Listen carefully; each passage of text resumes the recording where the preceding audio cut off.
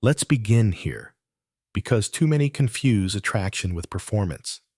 They believe desire is sparked by polished looks, rehearsed words, or endless effort to please.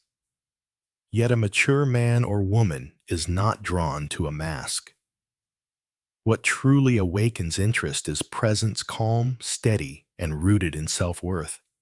It is the difference between someone trying to be chosen and someone who has already chosen themselves. Desire does not bow to tricks. It listens for truth. It notices when a soul stands unshaken in its own ground, and in that quiet strength, it surrenders. Before I continue, let me know where you're listening from in the comments. And if reflections like this resonate, don't forget to like and subscribe. Now, let us step deeper. Many still carry the old belief that value must be proven. They chase approval, over-explain, and offer pieces of themselves just to hold another's gaze. But that pursuit always leads to exhaustion. It creates attraction built on fear, not on freedom. The more one hides behind performance, the less seen they truly are. Jung reminded us that every person wears a persona, a social mask shaped by expectation, yet behind it lives the authentic self, longing for recognition. When love attaches only to the mask, the bond cannot last. A deeper truth begins where pretenses end. When someone stands without begging, without frantic effort, they invite the other to relax, to remove their own defenses. That is why presence is magnetic. It is not loud. It is not urgent. It carries no demand. It is simply the radiance of someone at ease with who they are. Think of the contrast. A demand says, "Choose me or I fall apart." A standard says, "I stand whole whether you choose me or not." One creates pressure. The other creates freedom. And freedom is what awakens desire in those who are truly ready for intimacy. This is not about indifference. It is about living from center. A woman or a man who embodies this balance does not withhold to manipulate. They hold their ground because their worth is not in question. This kind of rootedness allows the other to feel safe, not trapped, desired, not demanded. It becomes the silent invitation that Jung described as individuation, the movement toward wholeness. So as we open this journey together, remember desire that lasts is never bought with masks or noise. It rises where two people can see one another without disguise. And the first step is simple, though not easy, to stand in your own presence and let that be enough. Every deep journey begins with a break in the old order. Desire, love, and even self-respect often awaken not in moments of triumph, but in moments of fracture. This is when something once believed to be true begins to tremble. Many of us are taught, especially early in life, that our value depends on what we can give, how pleasing we can be, or how well we can perform in the eyes of another. It is a lesson repeated in countless small ways in families that reward obedience, in workplaces that prize output over essence, and in relationships where affection seems conditional. The first fracture comes when this belief collides with reality. One offers more and more, yet the response is not deeper love, but quiet exhaustion. One bends to please, and instead of gratitude, there is indifference. It is a moment that feels unfair, even cruel. But in Jungian terms, it is the beginning of individuation. The mask of the persona, the role we play to win approval, starts to crack. What seemed like safety reveals itself as emptiness. This fracture hurts because it strikes at the heart of identity. To believe I am valuable only when I am needed is to place the entire self in the hands of others. When that fragile contract is broken, an old self dies. And yet beneath the pain, a deeper truth waits to be seen. Jung often wrote that the breakdown of illusion is the threshold of transformation. The fracture is not the end, it is the beginning. Consider the difference between a demand and a recognition. A demand says, "Choose me or I disappear." It is anxious, urgent, and rooted in fear. A recognition says, "I see what you hold, and I honor it." It is calm, grounded, and rooted in worth. The fracture exposes the cost of living in demand. Relationships shaped by demand become heavy. They burden the other with responsibility they never asked to carry. In contrast, relationships shaped by recognition feel light. They allow both to breathe freely. But most of us do not start in recognition. We start in demand. We believe if we appear fragile enough, someone will rush to rescue us. If we perform well enough, someone will never leave. Yet this performance eventually breaks down. A mature partner sees through the mask. They feel the pressure beneath the words. They sense that what is being offered is not free love, but a plea for survival. And in that moment, desire fades. The wound here is ancient. It reaches back to the shadow, the parts of ourselves we have pushed aside because they seemed unworthy of love. For many, it is the child who was told to be quiet, to behave, to be useful. That child learned that affection comes only when needs are hidden and roles are played.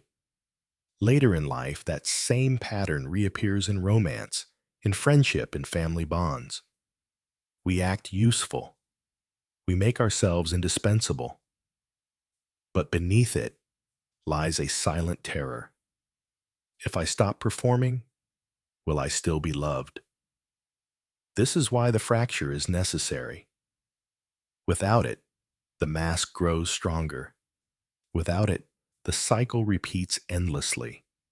The break when giving too much finally fails, when pleasing no longer secures affection, is painful but cleansing. It forces the truth into the open. Love that must be earned through constant sacrifice is not love at all. Jung reminded us that the unconscious will surface in symbols when ignored. Dreams of crumbling houses, collapsing bridges, or broken mirrors often appear at this stage of life. They point to the same message the old structure cannot hold. The house of the persona is falling. The mirror no longer reflects who you truly are. The fracture in the dream is the fracture in the soul. Many resist this moment. They double down on the old ways. They try harder, give more demand, less hope that by erasing themselves, they will finally be cherished. But this only deepens the wound. The more one disappears, the less one is seen. The more one begs, the less one is valued. The fracture insists on being honored. It cannot be sealed by denial. It must be faced. The image that belongs here is that of a door.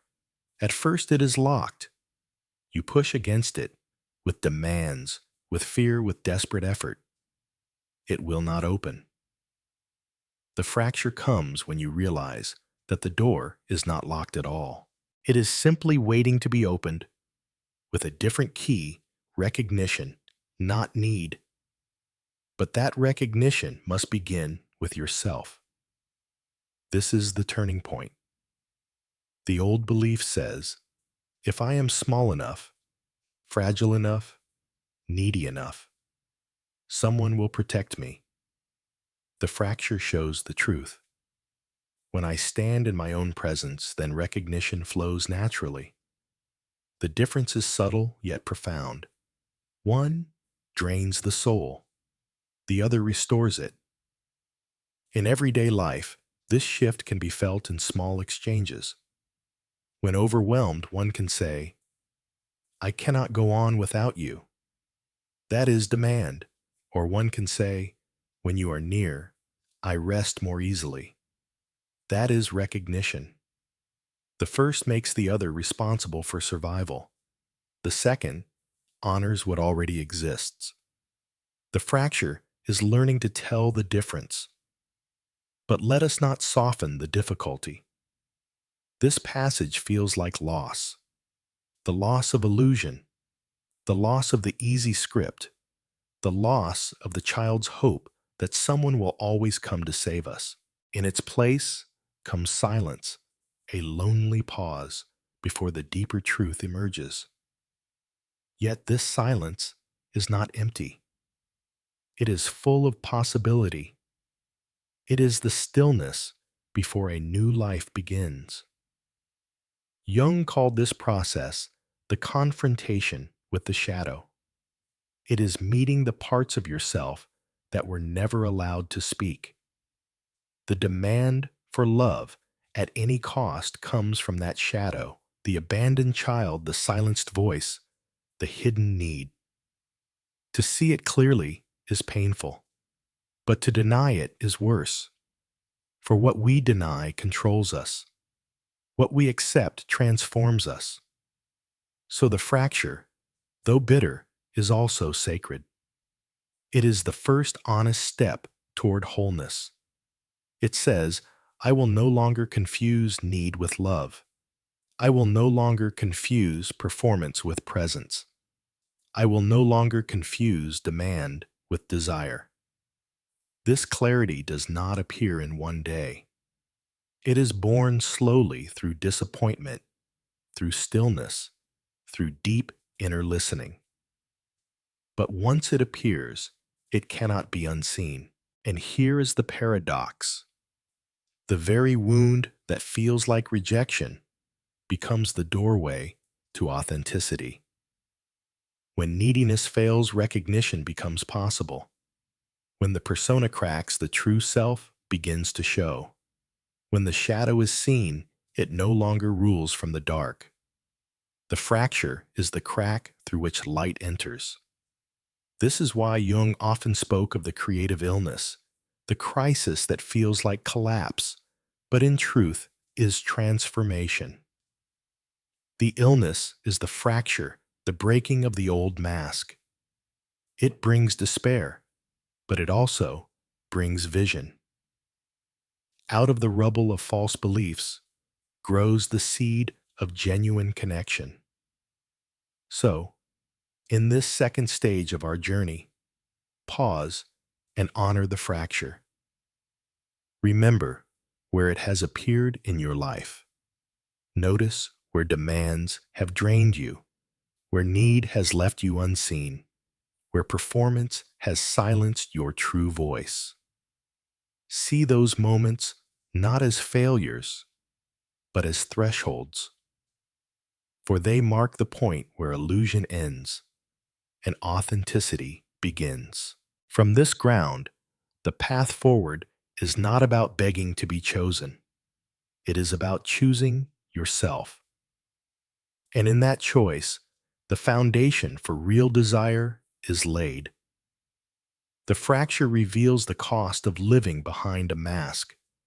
But once the mask begins to fall, another truth rises to meet us.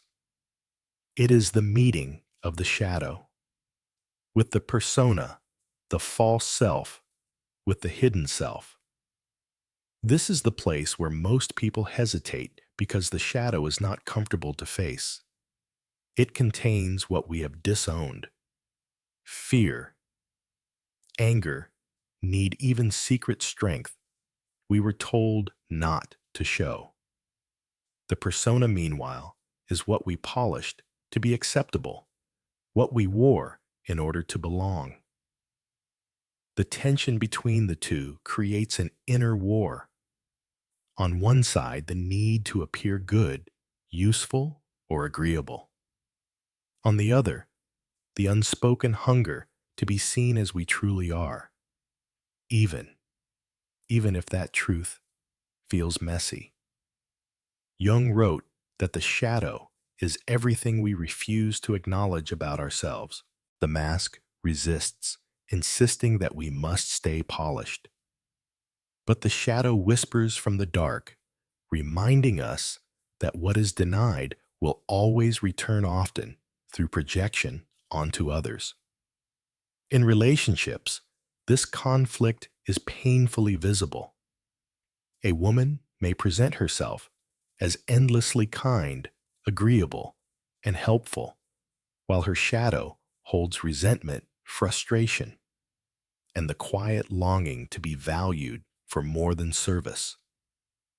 A man may wear a mask of competence, strength, or calm, while his shadow contains fear of failure, grief, or the wish to be vulnerable without shame. When these hidden pieces are ignored, they appear instead as tension, misunderstanding, or sudden distance. This is why desire withers when only the persona is on display. A mask cannot touch another soul. It can charm, impress, or persuade, but it cannot bond.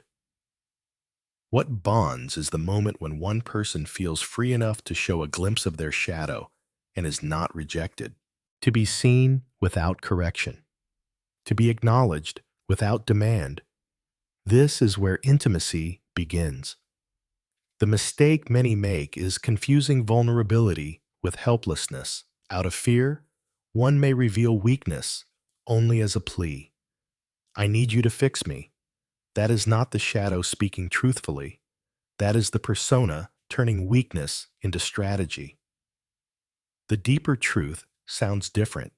It says, "This is what I carry. I am not asking you to solve it. I only ask you to see it." To meet another at this depth requires courage, because it asks us to stand without disguise. It also requires discipline, because it asks us not to grasp, correct, or contain the other when they show their shadow. To hold space without fixing is an act of love. It allows the other to feel safe in their own unfolding. Imagine the contrast. One partner says, "Do not feel that it makes me uncomfortable." The mask speaks here, controlling, correcting, insisting on the neat version of life.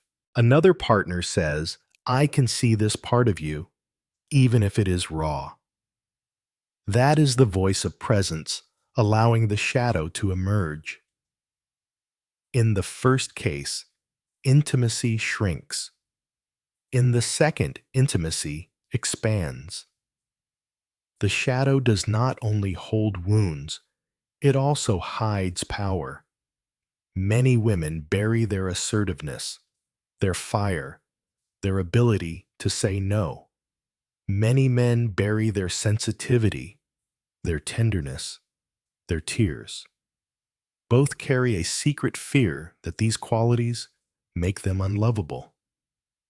Yet these very traits, when integrated, become the most magnetic parts of the soul. What once was hidden becomes the source of strength. What once was denied becomes the seed of wholeness. This stage is not about exposing every hidden detail to another. It is about no longer needing to pretend. It is about resting in the awareness that you contain both light and dark, both the persona that functions and the shadow that waits. When this is accepted, the dance of attraction changes. A man no longer feels pressured to be strong at all times. A woman no longer feels pressured to be agreeable at all costs. Both can breathe, both can stand closer to their true selves. Jung believed that until the unconscious becomes conscious, it will rule our lives, and we will call it fate. This is why shadow work is so central to desire and intimacy. Without it, relationships become battles between masks, endlessly replaying old patterns. With it, they become journeys toward integration, each partner reflecting the hidden parts of the other with compassion. Consider again the language of recognition. When the persona dominates, recognition sounds hollow. You are so perfect. You never make mistakes. This creates distance, for no one feels safe in perfection. When the shadow is included, recognition sounds real. I admire how you remain steady even when I know you are tired. This does not deny weakness. It names both strength and limitation. And in doing so, it calls forth desire grounded in truth. The inner cost of ignoring the shadow is high. A woman who denies her anger may find it seeping out as bitterness, sarcasm, or silent withdrawal.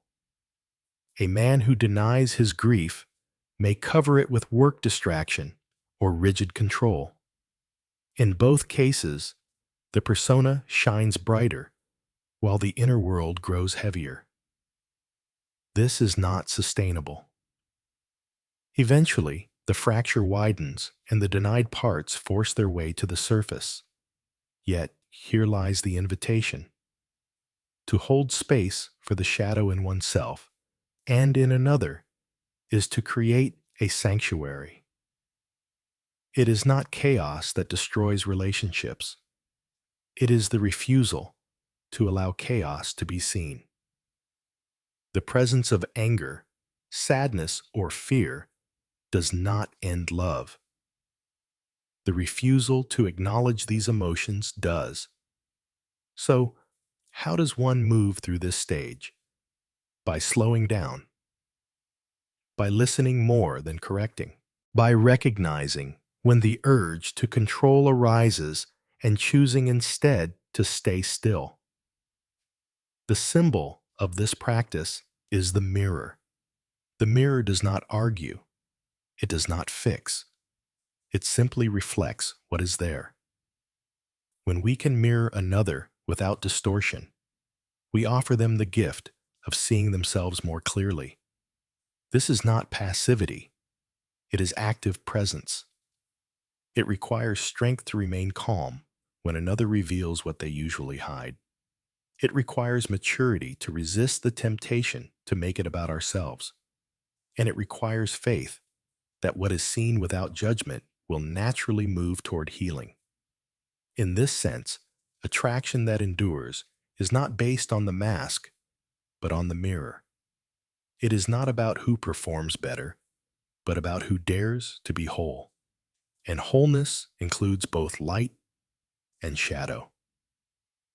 When recognition touches the shadow, something profound awakens. A man who has long hidden his tenderness feels safe enough to cry, and in that moment, he feels desired, not in spite of it, but because of it. A woman who has long hidden her assertiveness finally speaks her boundary, and in that moment, she feels respected, not in spite of it, but because of it. These moments are not dramatic. They are quiet, but they transform everything.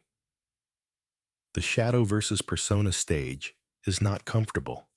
It stirs old fears of rejection. It tests whether presence is real or only a mask, but it is essential.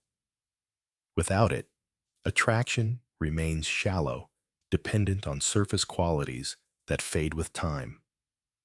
With it, attraction deepens into respect, trust, and desire that does not wither when appearances change. Jung would call this stage a confrontation, but not a battle. It is a meeting at the threshold where the self says to the self, I no longer hide you. And in that acceptance, the mask loosens. The shadow no longer needs to scream from the dark. So, in this third part of our journey, the lesson is simple yet demanding. Allow the shadow to speak both in yourself and in those you love.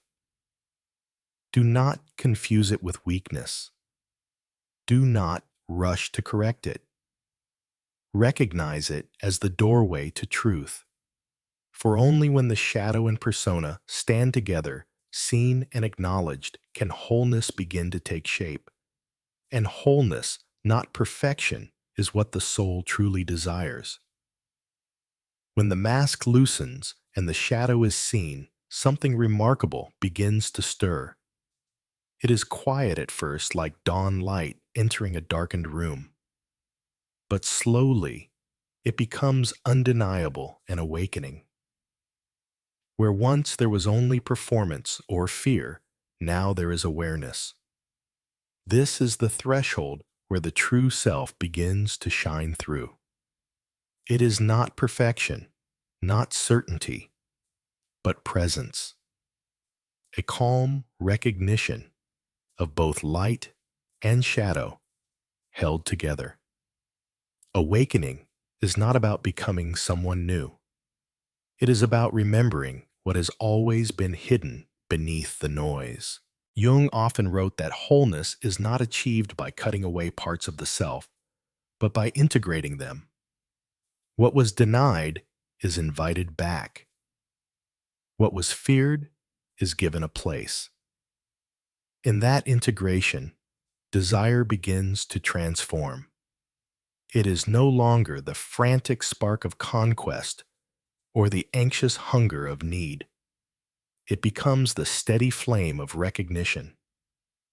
At this stage, desire is awakened not by strategy, but by embodiment. You do not force it. You emanate it. You no longer ask, how can I make another love me? Instead, you live the deeper question. Am I willing to stand in my own worth and let love meet me there? The shift is subtle, but life-altering. Symbols help us here. Jung spoke of archetypes, universal images that carry profound psychological energy.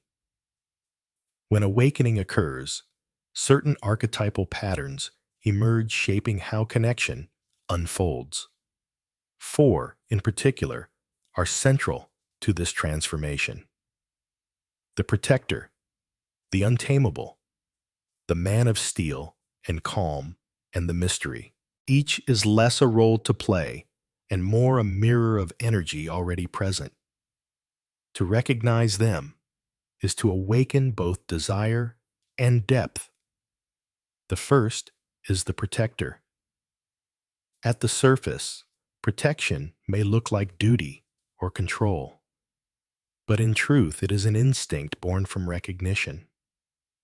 A man feels this when his presence is honored, not demanded. A woman awakens it when she does not beg for rescue, but acknowledges strength with trust. In everyday life, this can be as simple as moving closer in a moment of unease, not with fear, but with quiet assurance, and saying, I feel safe with you near. The words do not request, they reveal. And in that revelation, the protector awakens. The second archetype is the untamable.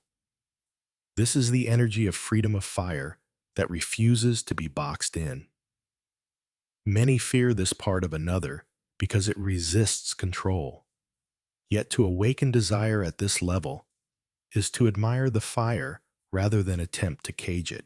A woman honors it when she looks at a man's wild idea, his vision, his force, and instead of shrinking, says with calm admiration, there is something in you that will not bow. Such recognition does not threaten his freedom. It inspires it. And in that moment, Intimacy deepens because freedom has been met with respect rather than fear. The third archetype is the man of steel and calm. His presence is not loud, not demanding, but steady. In him, attraction is awakened not by urgency, but by recognition of his groundedness. Many overlook this quiet strength, mistaking silence for absence. But when someone pauses long enough to name it, "You are my anchor. Your stillness steadies me." Something deep is stirred. His calm is no longer invisible. It becomes the very quality that draws connection closer. And finally, there is the archetype of mystery. Mystery is not manipulation, not withholding, not coy games. True mystery arises from depth, from the understanding that a soul can never be fully revealed in a single glance. Mystery is leaving space, allowing pauses, speaking with presence, rather than rushing to fill silence. It is the recognition that the other remains a story unfolding, not a puzzle to be solved. In Jung's language, mystery lives in the anima, and animus, the inner image of the opposite that always carries more than consciousness can contain. To awaken this is to allow discovery to remain alive, to let curiosity breathe within intimacy. These archetypes are not costumes. They cannot be imitated by script or trick. They are energies that become visible when the self stands whole, and they awaken desire because they touch the deep structures of identity in another. A man feels himself not as a performer, but as a protector, not as a rebel, but as untamable, not as indifferent, but as calm strength, not as predictable, but as mysterious depth. A woman feels herself not as needy, but as magnetic, not as silenced, but as alive, not as a mask, but as a mirror. The awakening is mutual. To live this stage requires awareness of subtle differences. Need says, "I cannot do this without you." Recognition says, "I admire how you carry this." Need creates pressure. Recognition creates space. The difference may be only a few words, but the energy is entirely changed. Awakening happens when we begin to hear that difference in ourselves and choose the latter. Another contrast lies in silence. The unawakened self fills every pause with words desperate to be affirmed. The awakened self can sit in silence, letting presence speak. A man feels this difference instantly. He knows when he is being asked to fill a void, and when he is being invited into calm. One drains him, the other nourishes him. Awakening is choosing to be at ease in stillness. Jung believed that relationships are mirrors of individuation. What we meet in another is often what we have not yet faced in ourselves. Awakening comes when we stop blaming the other for not meeting our needs and instead ask, "What in me longs to be seen? What part of my own shadow am I projecting?" By reclaiming this energy, we become less dependent, less frantic, more rooted. We stop demanding that another save us and begin embodying the truth that we are already whole. This does not mean isolation. It means connection without chains. It means standing so firmly in your own worth that desire flows not from desperation, but from choice. It means offering admiration not as flattery, but as truth spoken from presence. Such words linger, not because they are clever, but because they reveal what is often left unseen. In practice, awakening looks ordinary, yet feels extraordinary. It is the soft gaze that holds without grasping. It is the phrase spoken slowly. I see what you carry, instead of the frantic, I cannot survive without you. It is the quiet recognition of another's essence without rushing to change or claim it. These small moments shift everything. They turn relationships from contracts of need into sanctuaries of presence. The beauty of this stage is that it cannot be faked. If you try to imitate the words without embodying the presence, they fall flat. But when you truly rest in yourself, the smallest gesture carries weight. A pause, a glance, a whisper spoken without urgency can ignite more desire than hours of performance. This is the paradox Jung understood well. The unconscious speaks through energy, not strategy. Awakening is the middle point of our journey.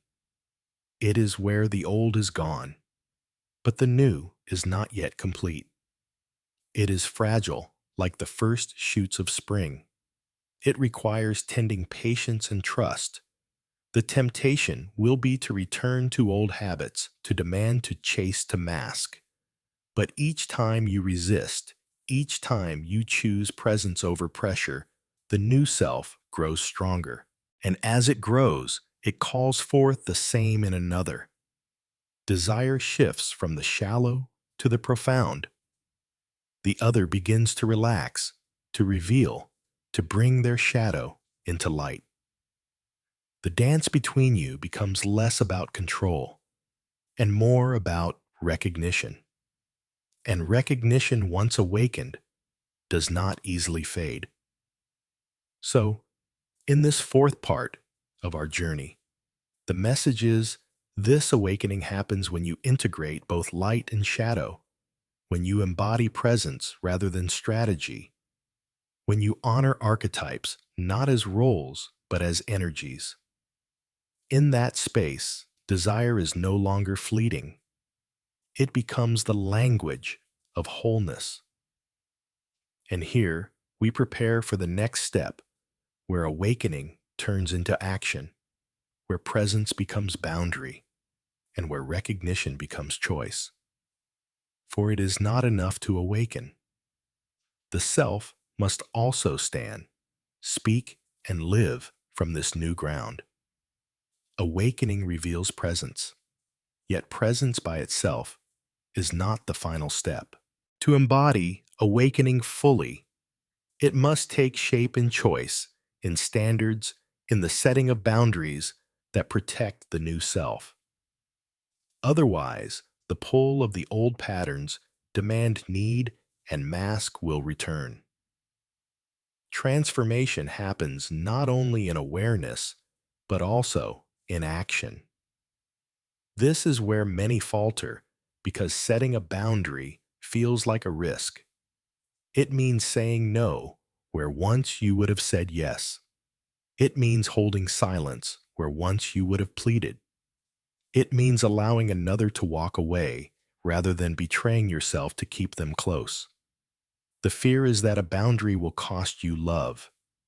The truth is that without it, there is no love worth keeping. A demand is rooted in fear. Do not leave me or I will lose myself. A boundary is rooted in worth. I will not lose myself, even if you leave. The difference between the two shapes every relationship. Jung would say, this is individuation in practice. It is the soul stepping out of fusion and into its own ground. When you know your worth, you no longer beg to be chosen. You choose yourself, and in that choice, you make space for love that is real. The symbol of this stage is the circle. A circle marks where one begins and ends. Within it is your energy, your essence, your truth. Without it, there is no clarity, only chaos. A weak circle leaks, allowing others to take more than is theirs. A rigid circle isolates, shutting out even what is nourishing. The balanced circle is permeable yet strong. It allows love in but does not collapse under pressure. It welcomes without surrendering sovereignty. Boundaries, when born from awakening, do not punish. They clarify. They are not bars that confine, but doors that direct. To say, "I will not answer last-minute demands," is not cruelty. It is self-respect. To say, "I choose silence rather than endless argument," is not withdrawal. It is wisdom. Such choices do not harden the heart. They refine it.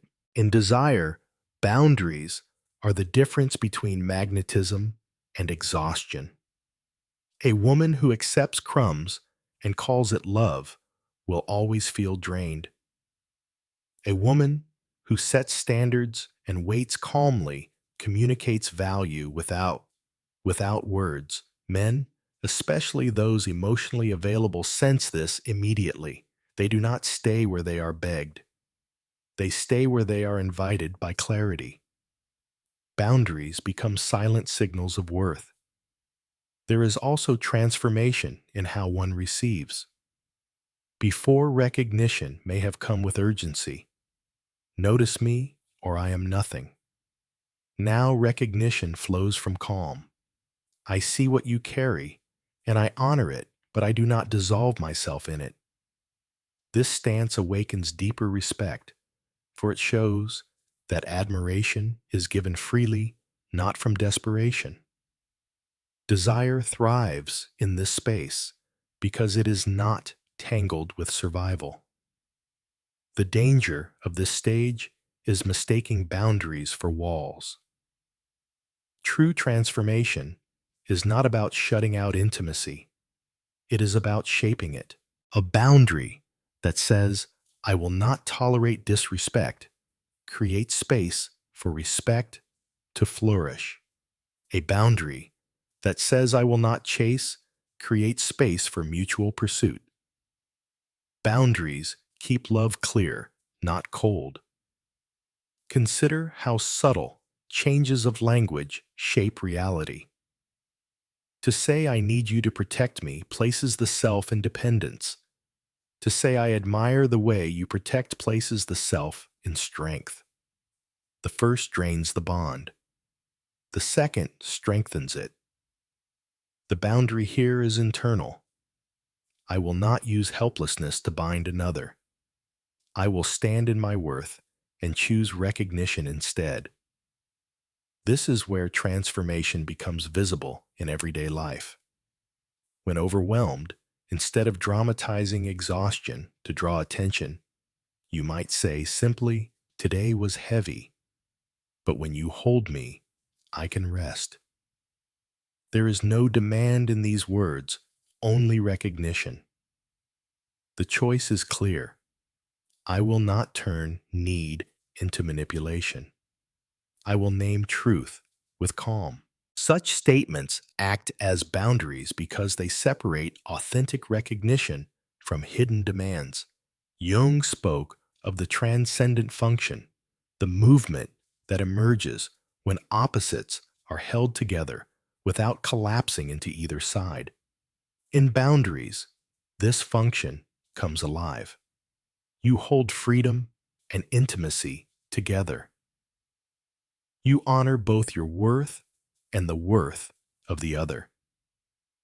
You allow space for connection without erasing yourself. Transformation is precisely this balance, not clinging, not withdrawing, but standing. Another symbol that fits here is the flame. A weak flame flickers with every gust of wind, anxious and uncertain. A strong flame consumes recklessly, burning itself out. The balanced flame steadies, lighting the space around it without losing form. Your boundaries are like the glass that shields the flame. They allow the fire to burn brightly without being extinguished by the winds of need or the storms of demand. Transformation also requires discernment. Not every relationship survives the introduction of boundaries. Some collapse, revealing that they were never rooted in respect. This, too, is part of individuation. To lose what was false is not tragedy, it is freedom.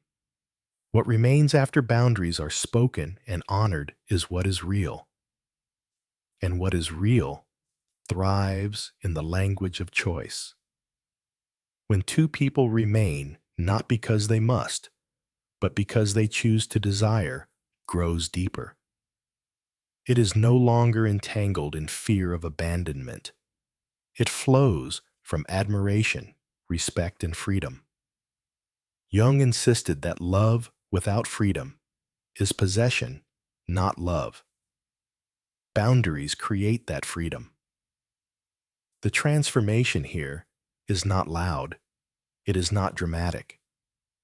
It is the quiet shift in posture, the calm refusal to chase the willingness to let silence speak. It is the moment when you realize that your worth is not at stake in another's approval. That realization reshapes every bond. You no longer ask, "What must I do to keep them?" You ask, "What do I choose to embody?" So that love arises from truth. This stage prepares the ground for integration. It is not about rejecting desire, but about refining it. Boundaries do not kill passion. They protect it. They prevent it from being smothered by fear or diluted by need. They allow both partners to bring their full selves, shadow and persona, included into the bond without losing individuality. Jung reminded us that wholeness is born when opposites are united, not when one side is erased. Choice and boundary are the uniting point. They bring together freedom and intimacy, individuality and connection, self-worth and recognition. In this balance, desire transforms from fleeting spark into steady flame. So, in this fifth part of our journey, the call is simple but profound. Choose standards over demands. Set boundaries that protect your flame. Invite connection without chasing it. Let recognition replace manipulation. Stand so firmly in yourself that love, when it comes, is free to be real.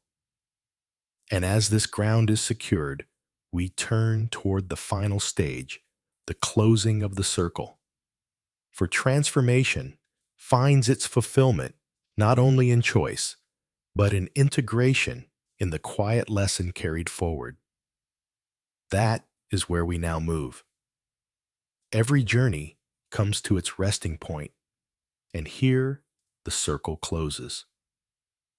We began with the old misunderstanding, the belief that love must be earned through demand, performance, or need. We saw how the mask of the persona cracked, how the shadow spoke, and how presence began to awaken. Then came choice boundaries and transformation. And now, at the end, we stand before the deeper truth desire that lasts is not born of need. It is born of freedom. Freedom here does not mean distance. It does not mean living untouched by connection. Freedom, in the Jungian sense, is the soul resting in its own ground. It is the self that no longer begs to be chosen because it has already chosen itself. When two people meet from this place, desire is not frantic. It is not an attempt to fill emptiness. It is recognition. And recognition is stronger than any script. This final stage is not dramatic. It is quiet, like the settling of water after a storm. Where once there was urgency, there is calm. Where once there was fear of rejection, there is acceptance of truth. What remains between two souls is neither illusion nor control, but a presence that simply is. Jung wrote that wholeness is not achieved by cutting away the unwanted, but by integrating all that was hidden.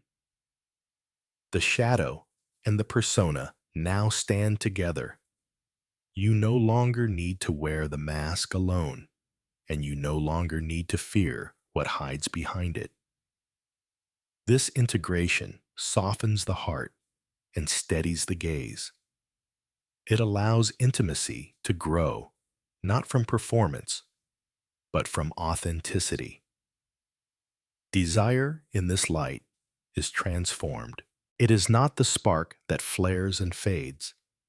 It is the flame that endures because it is fed by truth. When you no longer demand, "Choose me or I vanish," but instead whisper through presence, "I see you as you are," then the bond deepens. The other feels not pressure, but invitation. They feel not correction, but recognition. And in this recognition, attraction becomes devotion. The lesson of the journey is simple yet profound love that is real cannot be forced. It cannot be secured by fear. It is not sustained by performance. It is sustained by the meeting of two whole beings who recognize each other without disguise. The image here is of two flames. Each burns on its own steady and complete. When they come together, they do not consume each other. They burn side by side brighter for their union, yet still distinct. This is the essence of individuated love. It is not fusion, which suffocates, nor isolation, which withers. It is companionship that honors both freedom and presence. For many, this realization comes late in life. After years of trying to please, to prove, to grasp the truth, finally breaks through. Nothing is more magnetic than authenticity. Nothing is more desirable than calm recognition. And nothing is more lasting than freedom held together with tenderness. When you live from this truth, your words change. They no longer plead. They affirm. They no longer demand. They honor. The smallest phrase spoken slowly and with sincerity carries weight because it emerges from a soul at rest. Silence, too, carries meaning. Pauses are no longer filled with anxiety, but with calm presence. The other feels this instantly. They sense that they are free, and in that freedom they choose to stay. This is what Jung called individuation, the process of becoming whole. It is not perfection. It is not an end of struggle. It is the willingness to meet both light and shadow, to accept them, and to live from center. Individuation makes love possible because it makes freedom possible. Without it, relationships become cages. With it, relationships become sanctuaries. So, let us bring the journey to a close. What began as a question of desire has revealed itself to be a question of wholeness. When you choose yourself, when you honor your boundaries, when you recognize another without demand, then desire ceases to be a game. It becomes a mirror. And in that mirror, each sees not only the other, but the deeper truth of the self. In every life, there comes a moment of choice: remain bound to the old cycle of need, or step into the freedom of presence. That choice defines not only relationships, but the soul's path. Jung once said, Until you make the unconscious conscious, it will direct your life, and you will call it fate. To awaken, to choose, to stand, this is how fate becomes freedom. And perhaps the most comforting truth is this: you do not need to become someone else for love to endure. You only need to become more fully yourself. Desire is not born from perfection. It is born from presence, and presence arises when the self is whole. So, as you carry these reflections with you, pause for a moment. Feel the quiet strength of your own flame. Remember that love worth keeping begins with the choice to honor your own circle. And when another meets you there, the connection is not fragile, it is free. Thank you for walking through this journey. Before we part, I invite you to share in the comments what part of this reflection spoke to you most. Your words may guide someone else who is listening tonight. And remember, time will always test illusions, but it will never extinguish truth. What is whole endures. What is authentic attracts. And what is free chosen again and again becomes love that lasts.